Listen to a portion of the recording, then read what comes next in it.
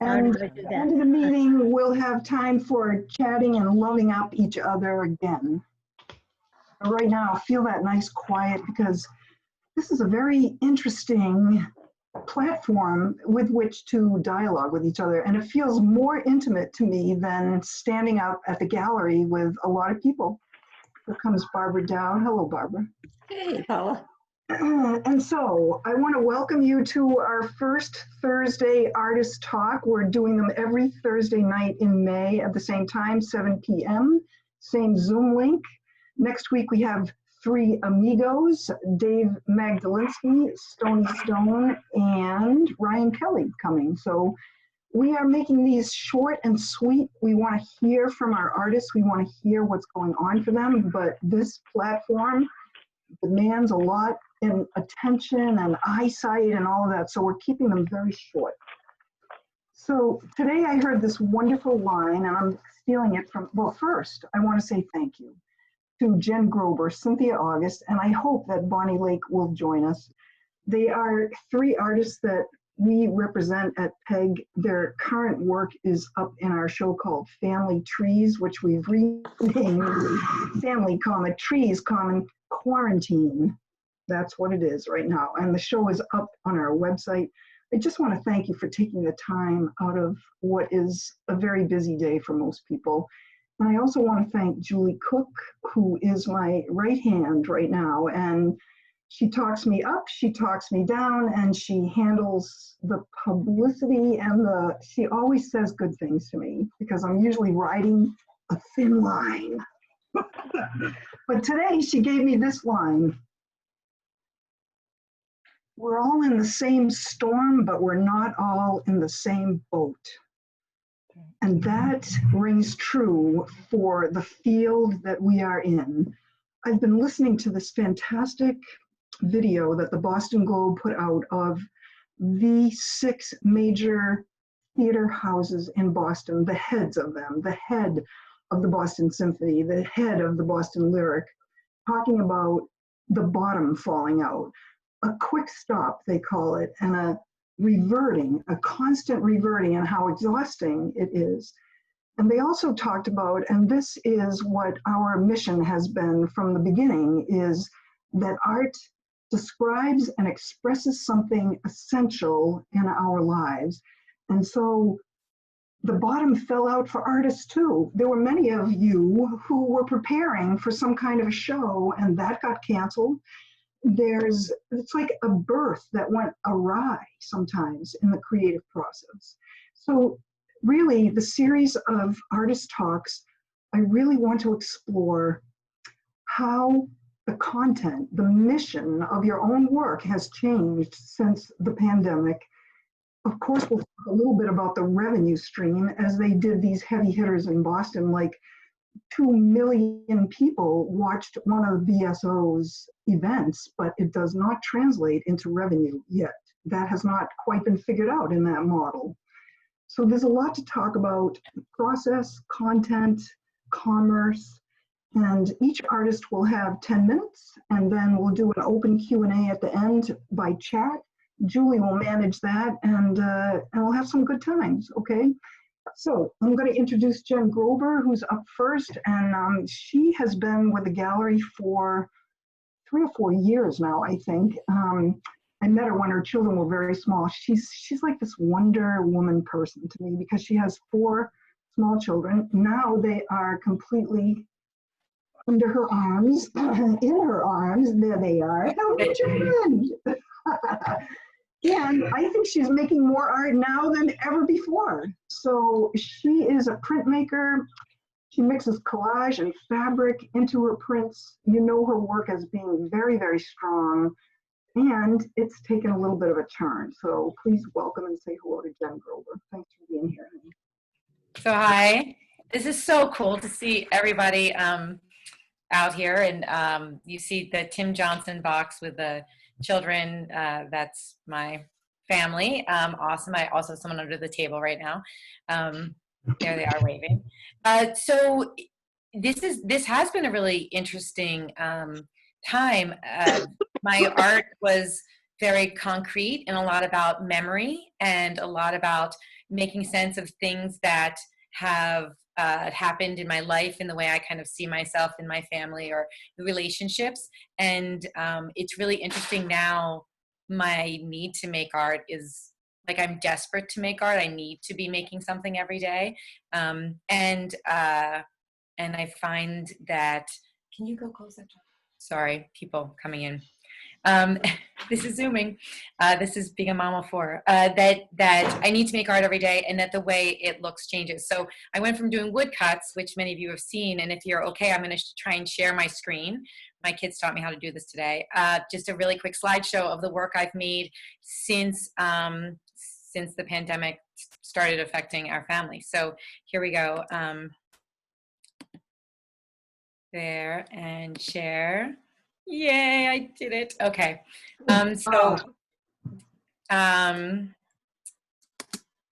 Here we go. Why is it not shifting? Do you guys think?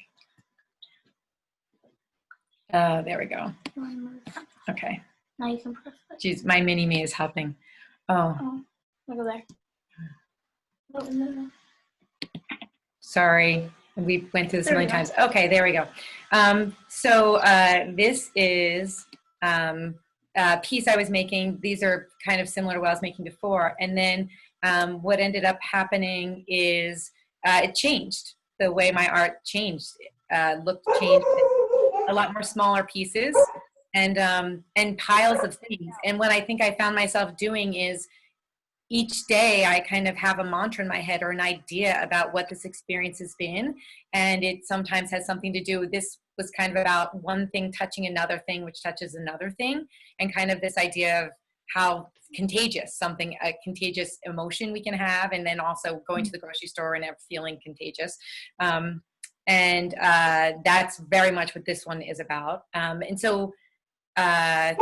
one is about the space between us, kind of all these people and all these things, and yet we're never touching anymore. There's this, so they became these mantras. They're both literal and then metaphorical happening, and I'm using these rocks. And the way the rocks work is, it also is about the process. I can spend a minute on it and then go help 3 children engage in a class and then come back. So I had to adjust it in a practical way, but also the meaning. This is called lean, and the piece is all kind of with this need for supporting one another. And this is another piece. This is about something about the ocean, is what I ended up calling it, because I haven't been able to be at the ocean, and I go to the ocean every single day, but we are not ocean adjacent in Hamilton. And so, and I missed it, like in a visceral way. So this one is obviously, you get a feeling, I think, of the loneliness I was starting to feel over time, over the progression, even though I'm constantly surrounded by people. This to me felt very much like the juggling act, and the balancing and juggling in the pieces. Kind of, there's a stillness, but this constant movement. So again, these things I was trying to work through about how I was dealing and how I was feeling. Or I'm talking to my mom, and she's in the elder care community, and I'm worried about her, and some people have passed away from COVID-19 there. And I think I have these different engines running all day long. And so some parts are very busy, and then these slow kind of machines in my head, worrying about my mom, or worrying about our food, or worrying about my children's progress, or worrying about how people are out of work if I listen to the news for it. And so these are ways of me dealing with these things. This was, actually did this a day, it snowed, anyway. And so you see kind of like what's going on, and then it gets hidden under other things. Again, about balancing and things being piled in. This is one that's under construction, and it's striation, so these layers. And I was thinking about how each thing that happens in our life becomes like push down rocks that layer inside of us, or like rings in a tree, and those markings are always there. And I was wondering how this will mark all of us and my children, and that's what really got me thinking about it. Like, what will this ring in their tree look like, or what will this striation in the rock formation look like? And then just to show, also I'm doing a million other creative things. So we're doing the Getty Challenge, and Jen, I'm going to interrupt you. Can you go back one? Because I didn't see that long enough. Sorry. Oh, this one? This to me is so different and so incredibly impactful. It's like the rocks are smushing each other, and yet there's air between them, and your color palette has changed enormously. And It is. It's really interesting to think about. I don't know. Also, nature. Just we're out in it more, and I mean, there's so many things kind of going on as I work on these, and these are like each one is an individual print. So every rock is its own print. So each one, like I'm experiencing things as I make it over time. So some of these are over the course of many days. Sometimes I just am at it all day long, but every 10 minutes or every half an hour, I'll add something to it. So it's been it's changed. My perspective has changed. I'm desperate to be expressing ideas that are different. And then also my means of doing things has had to change because of being in a household with 5 other people, 4 of whom I'm like their teacher now. So yeah, so many levels of things. Now let's see if I can unshare. I'm going to stop my share. So can I also ask you how you said that you are supported by a group of artists that you've been working together for a long time. Do you feel that their work has changed as well? Are you sort of in touch with them about their work? Yeah, that's such a great question. Thank you. So there's a group of women artists that I've connected with over the years, and a couple of them I've known for almost for 8 or 9 years. We raised kind of our kids together, but then more artists have joined, and so it's 8 or 9 of us, and we are constantly texting each other. Everything from these Getty Challenge images that we all start doing, or cocktail images, kind of a cocktail in front of a work of art. But so it's been a really lighthearted, when I'm desperate and feeling kind of lonely, it's been really helpful in that way. But also, it's also been important to see how they're working. So there's a mom who has a young toddler, and her work has become frenetic. Like she runs outside and she paints as fast as she can and then comes inside. It's very interesting how there's definitely a lot of energy. It's wild. It's like full moon energy that's happening all the time. Yeah, I agree. Well, thank you so much. Thank you for that. You. We'll talk to you again. We'll talk to you again in a few minutes, okay? So right now I'm going to introduce Cynthia August, and you might want to put her on speaker view. Cynthia is fairly new to the PEG family of artists, and I see Bonnie did join us. Is that correct? Is Bonnie here? Yes, she is. Yay. Oh, good. So Cynthia's work is what I would call narrative photography, allegorical photography. She creates stories, scenes, sets that are astounding. I was flipped when I first saw them because I love that kind of photography that creates a scene, that sets a stage, that makes the set happen. And as a matter of fact, I own a very large one of yours that I adore.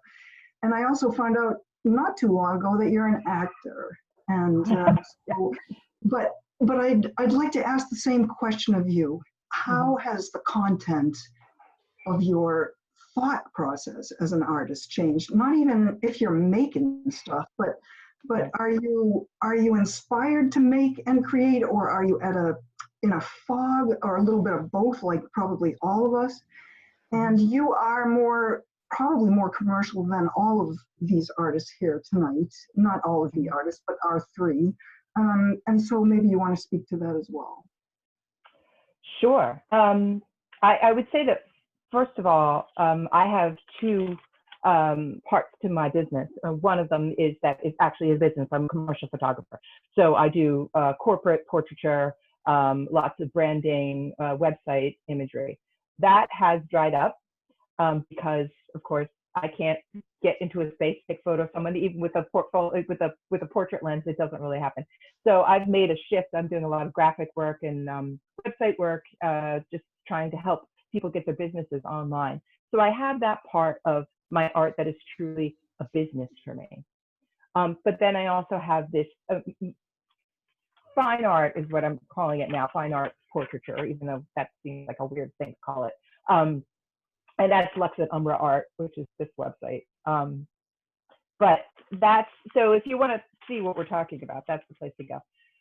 The work that I do there is portraiture again, but it's in nature.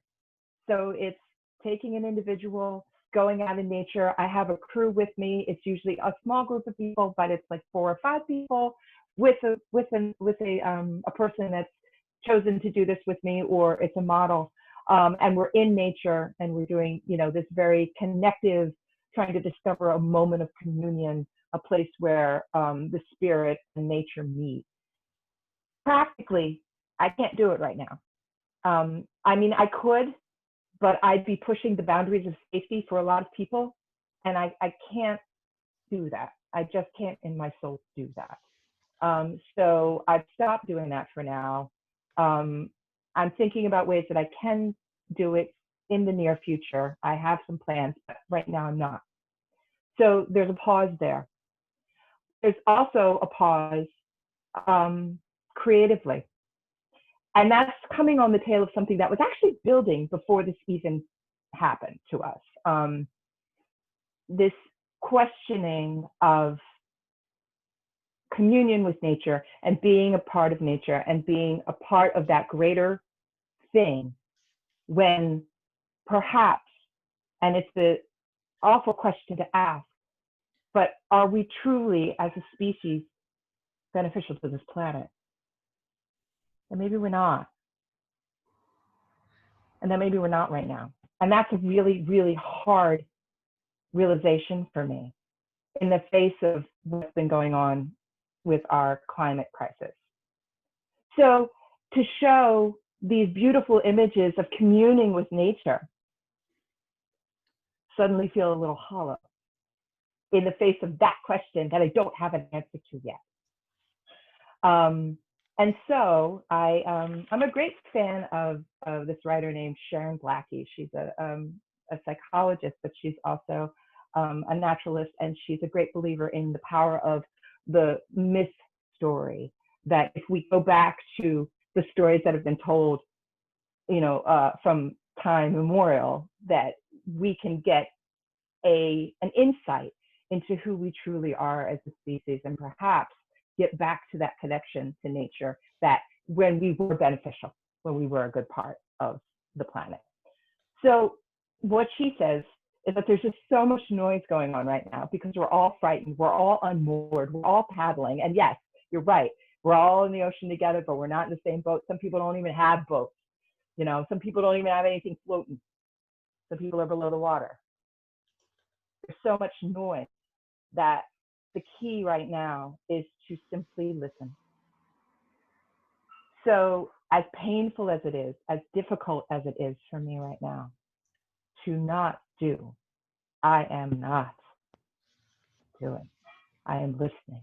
I took a friend of ours, Julie and I, a friend of ours has a large acreage, and she let me pull into her driveway at like 6 o'clock this morning, and I walked, and I did not see a soul for 2 hours, and just wandered in the woods and listened, and just tried to see what's being said, in the hopes that I can have some realization, and then begin to interpret, and then begin to speak again artistically.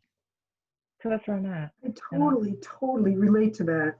In almost every form, I feel when this first hit for the gallery, and we opened our show, this show that you all are in, February 29th, and on March 13th, the doors closed. And I go in there now, and it breaks my heart to see or feel that there are even an unused feeling about the place now. And so I go in on purpose to use it all up and to love her up. And we had set a series of shows for the rest of the year that now, just as you suggest, Cynthia, make no sense to me right now. We were going to do shows of the elements, air, water, fire, and earth. And while that seems like a soft and reasonable thing to do, it is not as deep as it needs to be. So far, I've met, and this is just a little aside, but I've met a couple of mid-90-year-olds artists. And I'm thinking of doing, just when we can open, a show of 90-year-olds. Yeah. Just because, to me, that's more, that just says so much more. I don't know why. I think so much of what's going on is we just don't know. We just Can I speak to that? please. So I was, when I was pregnant with my daughter, who's now 18, I was living and working in New York City as a theatrical costume designer. So I was working in the theater, I was working in the entertainment industry. I was doing Broadway, off-Broadway stuff, assisting. I was also teaching at Long Island University. And my first class of my graduate students, where I had the plays all set, and these are the shows we're going to do for the season. I was very excited. And, you know, we were going to get all these wonderful conversations going. We're all really amped. Monday night, September 10th, was my first class. And the next morning, everything just ended. I woke up and watched the towers fall on the TV and lost family. And my kids, there's Long Island, all my Long Island kids, they all lost family, they lost friends. I threw my syllabus away. Everything just seemed wrong. In a heartbeat was wrong. Yeah. And it really took, of course, I didn't have a lot of time, but it took some contemplation and figuring out, even just a guess, a stab in the dark as to what the appropriate conversation was going to be. Right. Come that next Monday. So Right. I understand where you're at. I totally agree. And you know, I feel like so many of the people who are joined with us tonight are creatives and artists, and I would love to invite a conversation. And the easiest way on the ears is, if you have a question, just unmute yourself and ask it. Let's see, have I covered everything? I don't think Bonnie's with us, in other words. Is that true, Julie? No, I haven't been able to reach her. Okay. Did somebody just speak? No, I don't think so. Okay.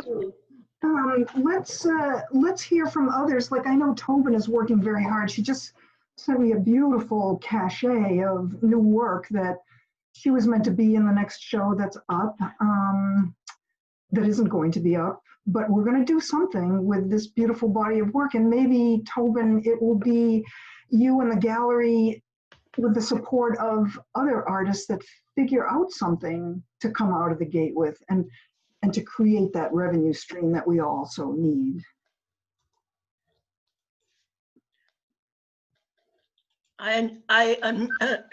Excuse me. I unmuted Tobin, but she needs to do it herself. I did. Yeah, Thanks. Okay, good. Okay. Paula, could you say more about that? So, has the conversation so far affected you in any way as an artist? And besides just this conversation, has your work changed since the pandemic hit? Oh, okay. My work has just become more joyful. Huh.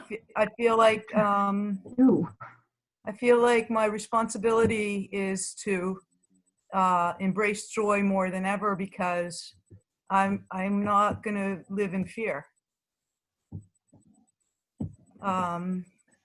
So I'm doing more painting about the garden here, and the plants that I'm planting and the things that I'm dreaming about planting.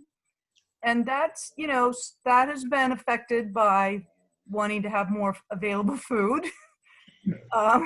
So that could be a little fear-based, but also just making me aware that now's the time to plant a peach tree and a cherry tree. yeah. You know, I'm not going to do it when I'm 90 if I'm still here. So it sent you more to a joyful place, which is lovely. So I'm just gonna keep asking around. Do you mind? Like, Well, oh, Paula, Julie. I have something I wanted to add in was the thing that Jen had talked about, and I know Tobin's doing it, about the buying somebody else's art or auctioning. If you can talk to that. I haven't, right now actually, and I need to be making something. That's always been the case. And I think when something is hard to process like this or too big, I try and take it into parts. I think what you said, Tobin, about finding joy. I think for me, it's almost finding order. It might be trying to get control, but also, we can't control it, but also finding maybe Shut up, bitch. what we, oops, what, finding what we can control, or finding what kind of belongs to us, what we should order, like you said, like a garden. Like I need to think about food, and then what's my role in that, which kind of maybe ties into Cynthia, when you were saying about, like, I have to believe, I have 4 young children. I have to believe that they have a place on this earth moving forward for the next 90 plus years, right? Because they're little, and there's such greatness in them that I see. And so no, I think now is figuring out, is finding out what that place is. I think it's so easy for us to take our eye off of that, our eye is on a prize as opposed to really on what our place is. And Tobin, you saying about the garden and kind of finding joy, I mean, maybe that is an aspect of it. Like when we are so in our home right now at my household, and we're in our bodies, and we're in our minds, we are in our own emotions, we are, and then when we reach out, we are really thinking like, well, how do these things connect to other people? And I think my art's about that. So as far as the buying and selling, there have been ways of that you can buy a certain amount of art, and then you sell a certain amount of art, and then you say, once I've sold this amount of art, I will buy someone else's art, is the concept. But I've sold some art on Instagram, and I was thinking about maybe finding ways of taking art. I've always donated my art for auctions, and that's something I've always done because it's a good way for me to take my small amount of dollars that I have, but something that I have that's an ability, and then Who is I think this? we just got bombed. I don't know. Options. I'm sorry. Jeez And so- Louise. So helpful. It's so timely. And then trying I can't to see who it is. Do we know who the person is? we're viewing Isabel's screen. So if you get rid of Isabel, Julie, then That's what I'm looking for. Oh, she's about to go porn. Oh no, my Oh children. no. So sad. So can we? I can't. There she is. Okay. Isabel. Remove. I've never had somebody do that. Oh, yes, there we go. Oh, It's still there. no. My kids are like scarred and running through the house. A bad person on the inside. Stop. It's girl power. Anyway. I did want to address the part of like, how are we going to gather again? The gallery is, You're safe. it lived and breathed for that, the gatherings that we had on a bi-monthly basis. And it will be a very long time before we can do it in that way again. But we are thinking, brainstorming, innovating, thinking about doing a community art project. The Huddle has a beautiful rail trail site, and when it's safe, we're actually thinking of having gatherings out on the trail. But, to speak to that would also, if anybody has any ideas, we're incredibly open to it all. And Yvonne, I just wanted to check in with you also, because you're one of Peg's artists, and I notice your style has changed so much since the pandemic started. Yes. Well, thanks for having my work in the show, and I was really glad we had the opportunity to have the first Talk with the Trees. Can you hear me? Yeah. Mhm. Okay. So I feel really grateful for having that show, because my next show is obviously that I'm supposed to be having in June is not happening. So I'm thinking back to other recent opportunities to have work up, which makes me feel more grateful for that. But yeah, I came with my husband, and we're in a little mountain in New Hampshire, very secluded. And I guess I'm feeling, because I don't have quite the pressure to make paintings. I've just started going from oil to watercolors, which using them more as observational sketches, thinking about, where I want to go with them. So it seems more relaxed, and I think it's kind of nice not to have the pressure and to see where things go. So I'm enjoying that. I agree. Thank you. Yeah. Muriel, you're not one of Peg's artists yet, but would you like to tell us how your process has changed or if you're creating right now? To me? We Yes. can hear you. Yeah. Okay. Can you hear me? Yeah. Oh, okay. I'm working from home because I was told discouraged to go to my studio, so I'm working on paper. And I actually am working with watercolors because it's easy. And I'm walking every day, taking pictures and coming home and doing a watercolor.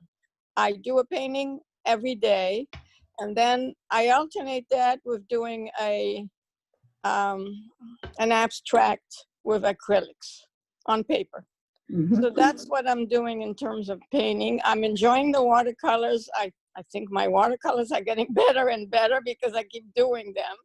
And I'm doing something else that's interesting. This friend sent me a video about this woman who's an actress who started imitating people in the arts. So I decided that my theatrical persona was going to show up. So I did the woman with a pearl earring. I put something on my head. I mean, I'm doing one every other day. I did Georgia O'Keeffe. I did what's her name? Frida Kahlo. I did. That sounds I'm interesting. really enjoying Oh, but that. you're having some fun. That's nice. Well, thank you. Thanks for sharing that. I'm going to move on to Eva Maria. I know that you have some, intense life circumstance right now, so maybe not painting quite as much. That's right. I have not been going to the studio because I have the studio in the same building as Muriel. I have not been there because I feel like I don't want to be exposed to anybody else's possible virus situation. But I've been creating in my garden. That has been my creative outlet. And I can report that I have the first pepper plants and tomato plants that came out of a seed. And yeah, so I'm enjoying actually having time for that. And like somebody else mentioned, that I don't feel the pressure that I need to create something on a two-dimensional scale now. I'm just enjoying nature also with daily walks. And I take pictures too, lots of pictures. I discover many little nice growth things in Maudsley Park, and I like it actually. It's very interesting, Eva, that we're kind of living in two-dimensional world right now. So to create in two dimension is it's probably odd on top of odd. But so does anybody have a question they would like to ask? Or has anybody thought who is in the performing arts? I know Lisa Kowski, I go to her sound healings on Wednesday nights virtually. And in a way, some of what we are doing these days is easier from, in my pajamas on the bottom and in the room than getting dressed and going through you. But it's a challenge too, isn't it, Lisa? And I know Donna Dia is a performer and Cynthia too. It's been very, very challenging for me because all of the things that I do for the last 4 years have been live in person. We hosted a sound bath at your gallery, and we're looking forward to doing that again. So now it's sort of taken my art form to a whole other level where now I'm learning to become audio technical in order to as best as possible, have the sound transport through the airwaves to your headphones or your speaker and give you as close to the experience in your own home that you would if you were with me. And last night was a clear example. I recorded it. It was a live recording, and I shut everything down. And as I do every Wednesday night, I sit down to listen to myself, and it was horrific. I just couldn't believe that and it wasn't a pre-recorded. It was live, and it was out there. So I actually, on the drive home, decided as soon as I got home, I would delete it. And I wrote a note posting, why I had, and received such warm response from so many people that understood where my craft, my perfectionism of just that if this was going to be out there to represent me, I needed it to be in the best light it possibly could. And I also, was humbled by the people that did listen throughout, and apparently the sound did improve, but I didn't even give myself the chance to experience it. I think those are some of the difficulties that we're all finding, and we could extend that into realizing that a small little gallery in Newburyport, Massachusetts is not equipped yet to sell virtually. I mean, I'm an old lady. The learning curve has already been so steep to even figure all this out. And now to try to imagine selling like Jen has been selling off of Instagram, jeepers creepers. I don't know. I think people at the caliber of art, the level of art that we sell, I think people have to touch it to buy it. And I also think that it will not be for a long time before people can think about that. And so in the meantime, I'm just so deeply grateful that the gallery has expanded its mission.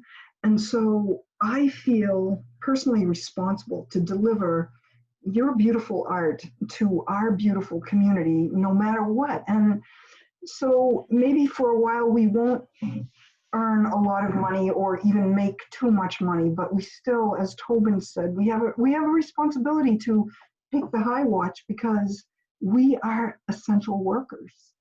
We are told, this is what I heard on the Boston Globe interview of those theater greats. Like, you can take the economy out of it, you can take everything, but you cannot take the spirit out of what we deliver to our communities. And without art, we would die, we would perish. It would be like having a child who was not hugged or loved enough.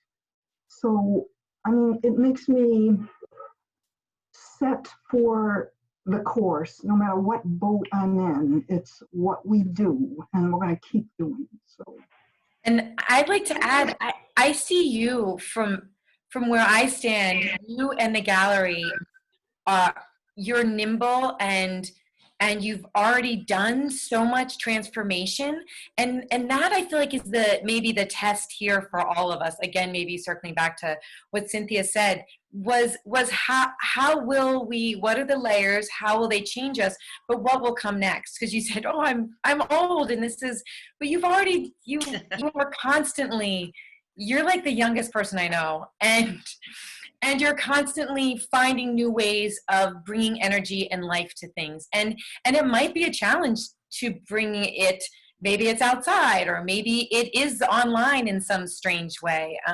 I've become closer with Instagram, and now it feels more alive because I miss connections with people. It's my way now of connecting with so many people. And so it feels actually more real, and I've made it work for where we are. I have to be optimistic because I have 4 kids, but also I am optimistic, and I really feel like there's so much out there, and that I feel like artists are maybe built for this.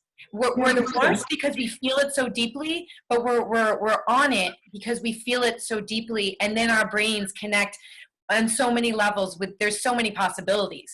And the trick is to allow ourselves that time. Was it Tobin talking about the garden or growing? Was it Muriel who's growing the pepper plant? Like we might be having to start from our pepper seed, but that it's possible. You know, it's possible, and new things are possible. Maybe we needed, back to Cynthia, maybe we needed to change, and this is our opportunity. And I do think that our community, even in the smallest scales, looks to our creatives as translators to what is actually going on a deeper level, because we're all kind of, you know, managing our lives can lead us into a certain amount of superficiality, and this community is full of people who dive deep, and we need them because they're just another layer in the complexity of the paradox that we're living in constantly. And I do feel like the gallery will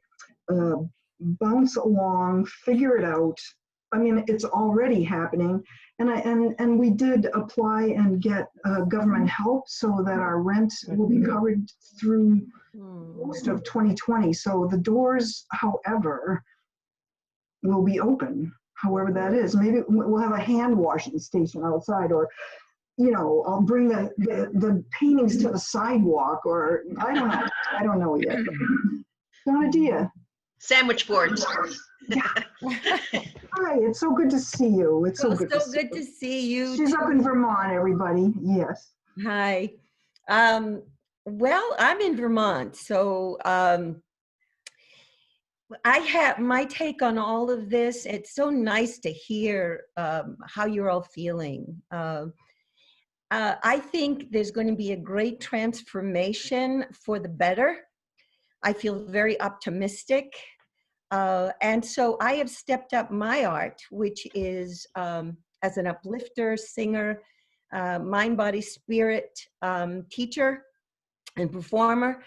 And so I've been on Facebook Live doing those practices to not only deepen, but to uplift and hopefully empower so that we can stay in a place of hope and know that that now we're waking up to things that we just, you know, went along.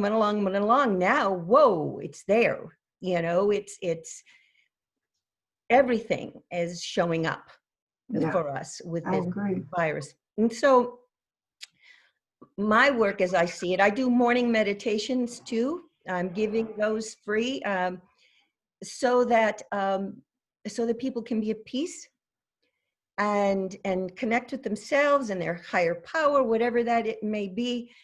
But to have that you know, not just optimism, but really going deep right now in nature, and which is the great healer. And the birds have never sung so beautifully. Or have the gardens been so beautiful? Yeah. So anyway, that's the work I'm giving and doing. Thank you. We'll hear more from you too. There are two things that I want to say before we sign off, and that is that the way that you can support the gallery are two ways. One is to tell people about these artist talks, your friends and family, and just invite them to come along for the ride. The conversation, you know, is interesting, and to me, and I hope to you too. And also, if you so care to, we made it easy to make donations of any kind by going to paypal.me/Peg Center, make a donation. I would like Cynthia, before we sign off, could you put your website up on the chat so that people can find you? Also, Jen, you could, anybody could. I can. Wait a minute. It's Lux at Umbra, right? Lux at Umbra Art. All right. And yeah, art. Next week on Thursday, it's all guys, and this should be really interesting because, you know, Peg, when we first opened in 2014, it was 6 men and 1 woman, and now it's like 95% women. So Stony is a beautiful nature photographer, and we'll dive deep, I'm sure. Ryan Kelly is a beautiful metal sculptor, very young guy, and just bought himself 5 acres of land to build himself a home and a community on. and a very, very special guest, one of our artists, Dave Magdalensky, who is struggling to stay alive. Right now he has stage 4 lung cancer, and I will be speaking for him, and he's got a lot to say. So I hope he can be present. I think he can be. So, but it's so good. So let's unmute and say hello and goodbye before I sign off. And thank you so much to Cynthia and Jen. It was heartfelt and thoughtful, and you know, it fed me, and I hope it fed others too. Thank you. Thank you. Hello, goodbye. Thank you, Paula. Thank you. you. Thank you for everybody coming out. Everyone. It was wonderful. It was Thanks, really, artist. really nice. I had a great time. Thank you for coming, everybody. And Thanks. see you next Sorry time. about the Zoom Bye. bombers. Doing this. Many Bye. blessings on everyone. Bye. Many blessings. Yeah, thank Nice you. to see you, Meg Alfoni. Bye, Lisa. Bye, sweetie. Thank you. Bye. Bye. Bye. Oh, it's so cute. It's so cute. I've never watched it go all the way. I'm watching it all the way down. Me too. I always get laid out. I'm always like the first one out. Julie, did we not record it? We are recording. I'm going to stop it right now.